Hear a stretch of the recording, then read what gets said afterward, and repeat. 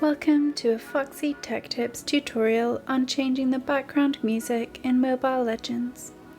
If you find this tutorial helpful, please consider subscribing to my channel and liking the video. Changing your theme tune in Mobile Legends is easy. Start by tapping the settings icon from the top right when you are on the main dashboard. In Settings, tap the Sound tab from the left sidebar. In Sound Settings, look for the Theme Song option and tap Customize. You can now choose from these music tracks and add one or more to your background music playlist. You can remove the current song in the playlist and add others, or add all available music to the playlist and tap the random checkbox to shuffle play them. Your theme tune has now been updated.